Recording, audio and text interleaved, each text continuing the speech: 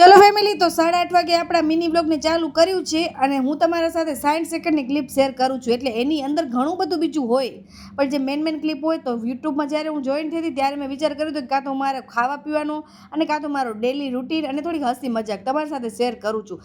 એની અંદર ક્યારેક દુઃખ સુખ પણ આવે યાર ફેમિલી. ક્યારેક તો પૂછતા જાવ કે દિયા તું હંમેશા આમને આમ હોય છે કે કાંઈક બીજું.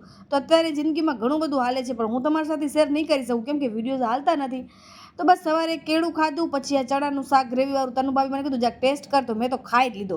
પછી એટલી ખાસ ભૂખ નથી તો 3:30 ગુવાર બટેકાનું શાક બનાવ્યું હતું, 2 રોટલી ને સલાડ ને ભાત ને એવું બધું થોડું ખાઈ લીધું.